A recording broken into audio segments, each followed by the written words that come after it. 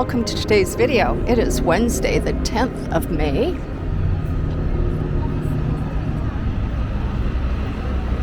And I'm on Yonge Street in Eglinton Avenue. And I'm walking south at the moment. South on Yonge, just crossing Eglinton. I just want to get to the south side of Eglinton. And if you remember my last video, we were just up there. Hopefully I'm getting this angle right. And I showed you that little hidden gem in the Yonge Eglinton Center. It's just after 1 o'clock in the afternoon. Maybe it's closer to 2. No, it's about 1:30 actually. I hope everybody is doing well. Welcome to the video today. I'm just doing a maybe not so quick walk. It's probably going to be about half an hour. I am walking to Bayview along Eglinton.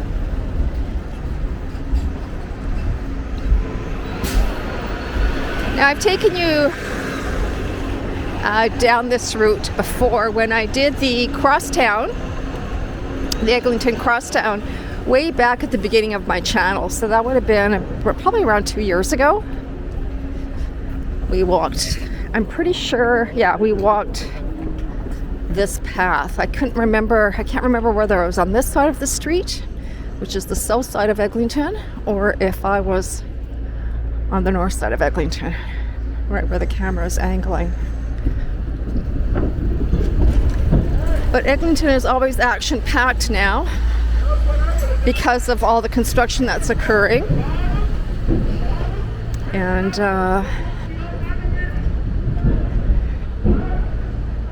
it's still a bit of a chaos, as you can see. It's still a bit chaotic. I think this was supposed to be completed in 2021. And then it was bumped back, I think, one other time. So I think it was supposed to be ready 2022, or maybe it was this summer. Anyhow, I can't remember. I can't keep track. But as you can see, it doesn't look really anywhere near ready. But I am anxious to try out the new crosstown once it's operational. Hang on, I'm just going to check my angle of my camera here. I'm not sure. Hopefully that's a little bit better. So what's new with you guys? You know, I was trying to think about what I wanted to talk to you about today, and as per usual, there isn't anything that stands out in my mind except most times when I am recording these recent videos, I want to share with you the book that I'm reading, or the latest TV series that we've watched. And of course I can't remember the name of the book that I'm reading right now, but it is guaranteed. It is a mystery crime novel. And I'm pretty committed to getting most of my reading material from the Toronto Public Library, because all of our bookshelves, pretty much, thanks to my husband, are jam-packed with books. We have books piled in our house, and my husband does not believe in getting rid of them or recycling them. So, so I certainly don't want to buy any new books. And I'm not one to reread a book. I mean, that's very rare that I might do something like that.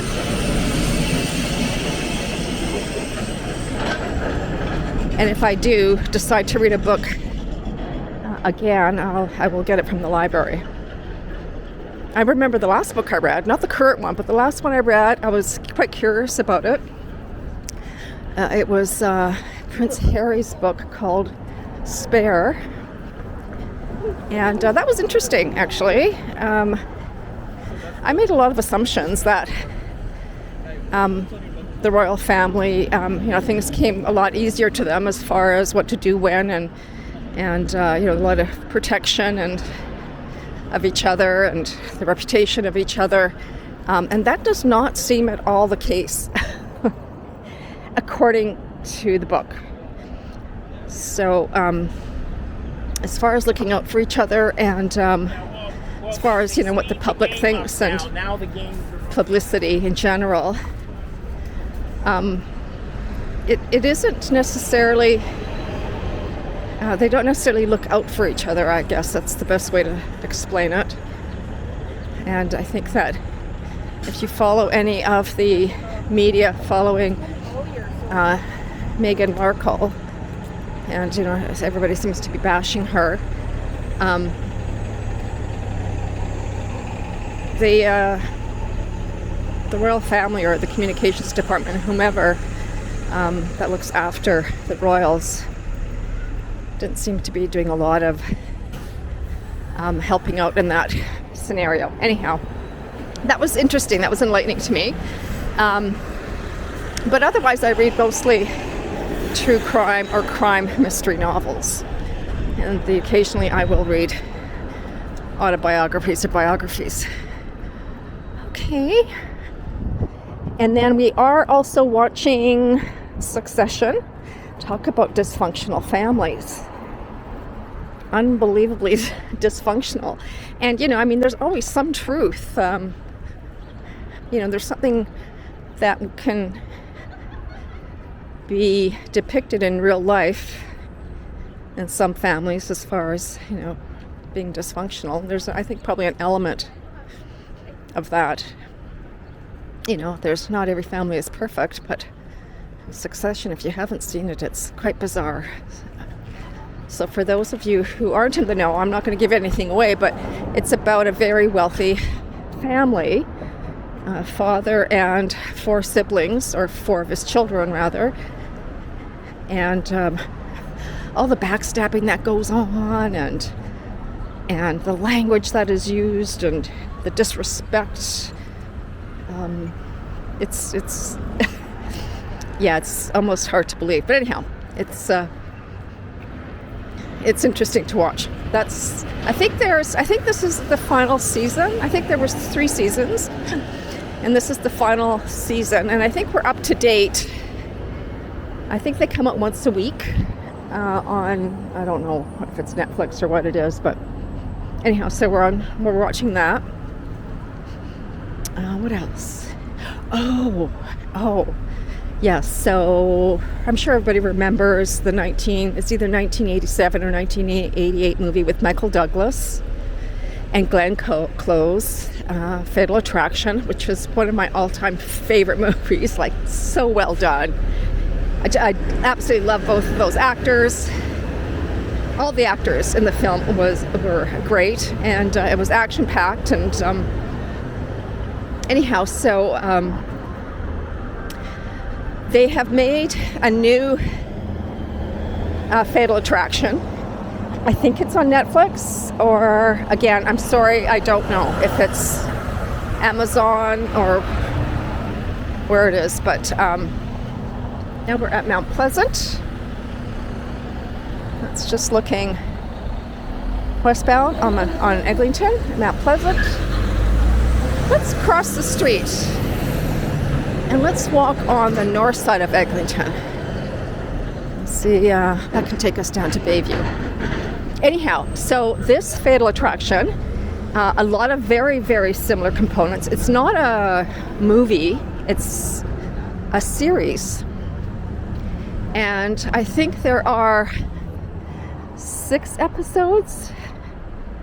I'm up to date, I think. I think I've watched 4, and I don't know if the other 2 have been dropped yet. The other two episodes, but I know it's not done yet. So the character names are the same, but there are a lot of differences. But they still will all take you back to the Fatal Attraction movie, the one from the late 1980s.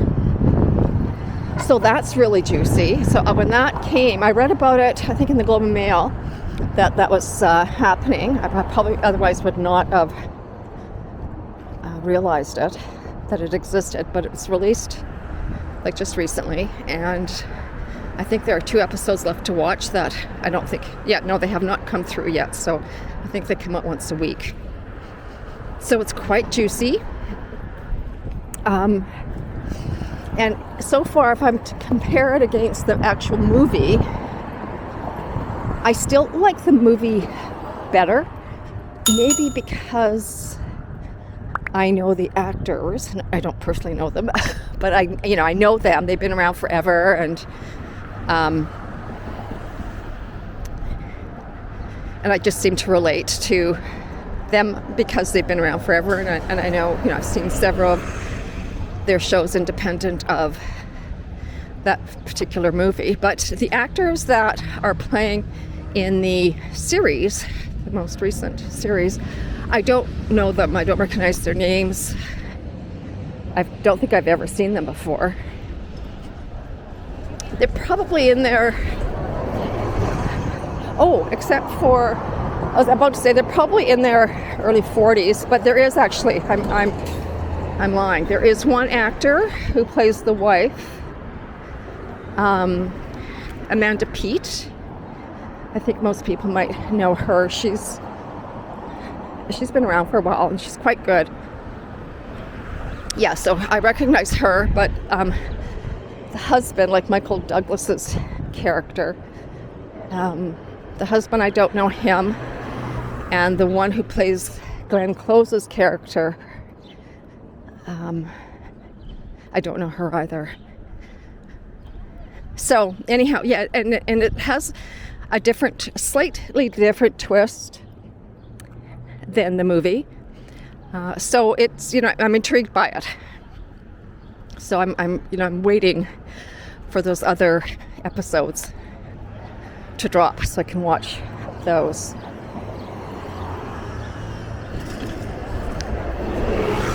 It is a great day. I left the house, and it was 18 when I left.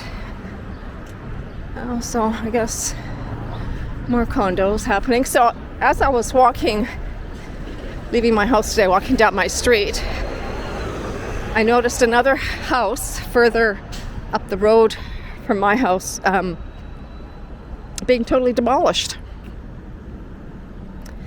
Yeah, there's a big, bulldozer, I guess.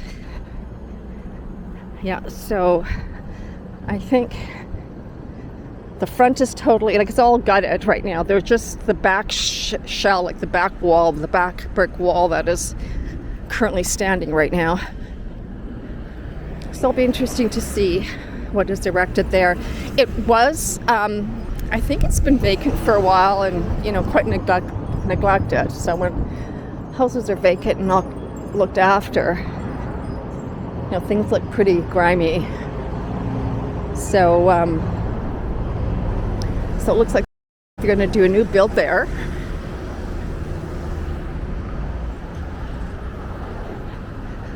So I'm glad that it's, quite a ways down the street from my house, so I don't have to listen to the building, the construction going on.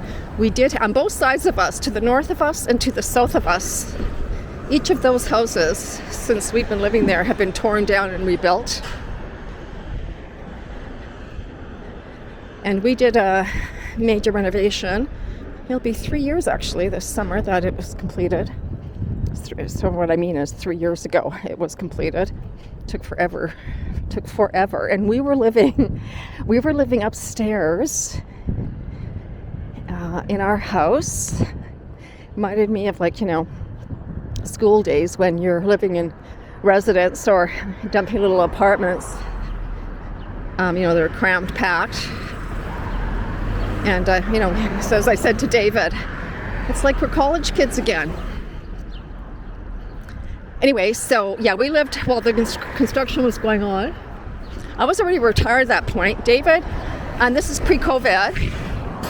So our construction started the fall of 2019 and did not finish until the summer of 2020. So that was a long renovation. And we were living upstairs the whole time. David went to work until COVID. He would actually go to the office. So he didn't live through a lot of the construction. I was already retired. And, but you know what, for the most part, it's interesting how you get used to things. So the only part that I think that was really disruptive was, when they were doing the tear down. Like, everything was torn out, gutted. The only thing on our main floor was, it was right down to the brick. So that was noisy, tearing down those walls. But that's the thing, every house almost on our block has either gone through a major renovation or has been torn down. Because the block that I live on, the houses are, could be close to 100 years old.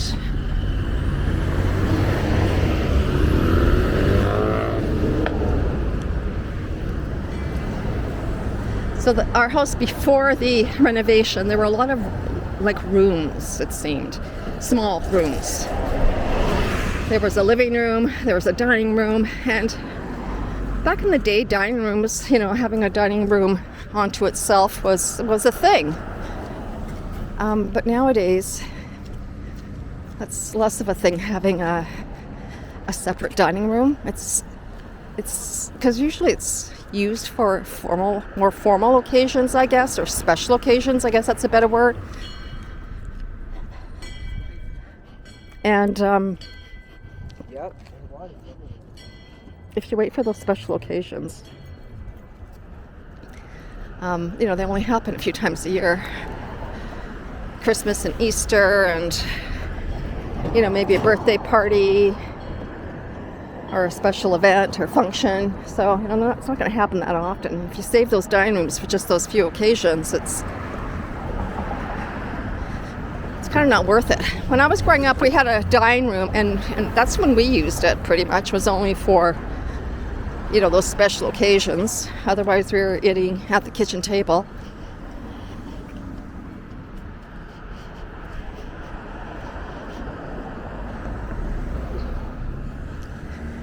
Yeah, so that's the way of the world, right? Or at least the way of Toronto. I shouldn't say the way of the world. That's what Toronto's all about nowadays. Tearing it down or doing a major renovation.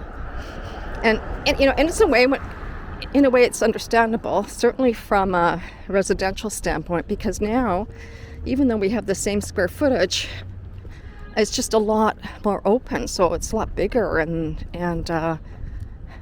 it has a much nicer flow because it's an open concept instead of having all these little rooms, and the dining room did not have a window. So there were windows in the other rooms that surrounded the dining room, but it was, it could be dark in there.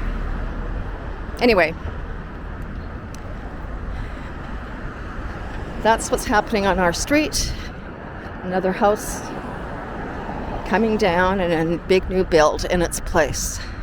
There's another notice of demolition.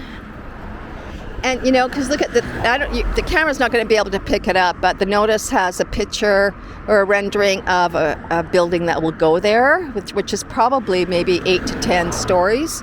And right now it's just like a house converted into a business. So, by Toronto standards, nothing can be 1 or 2 stories anymore. It just doesn't seem to be good enough.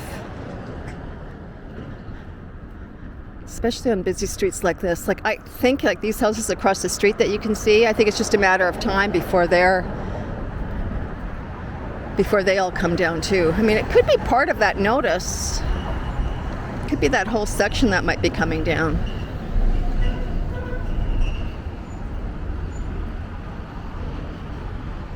And there used to be a reseller bookstore right in there.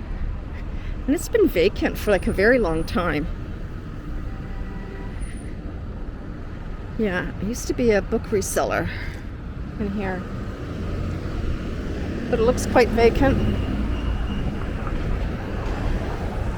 Well, it is nice out. I'm in shorts, I'm in a t-shirt. It is nice.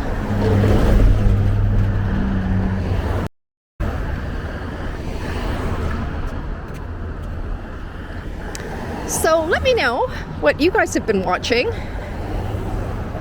and whether you'd recommend it.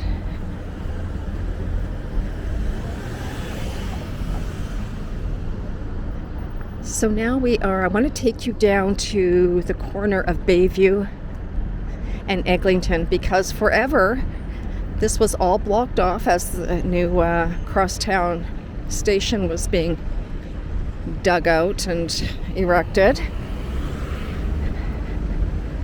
So where this station is, that where the camera is angling, this is on the northwest side of Eglinton and Bayview. And this used to be just part of the parking lot. There's the parking lot. And then this used to be all part of the parking lot. So this is called the Leaside Station.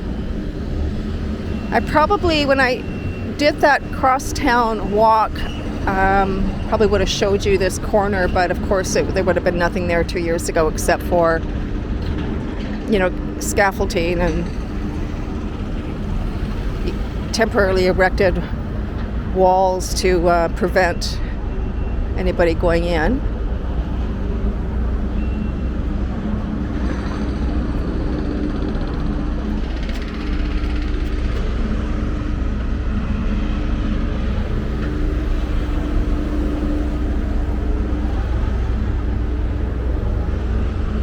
Well, I'm looking forward to, like I said, I'm looking forward to riding the crosstown when it opens up.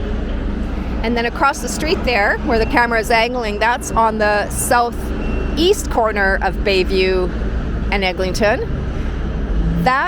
What stood there before the construction of the crosstown station, that particular crosstown station, that used to be McDonald's, like forever. That was McDonald's. Anyhow, and you can see Sunnybrook Plaza. That was once quite a functioning outdoor shopping plaza. I don't think anything is operating right there right now. I think it's a sort of a storage holding staging area for the crosstown. Anyhow, folks, thank you very much for joining me. I hope you enjoyed this video, and I look forward to seeing you in the next one. This is Boomer Girl Walking, signing off.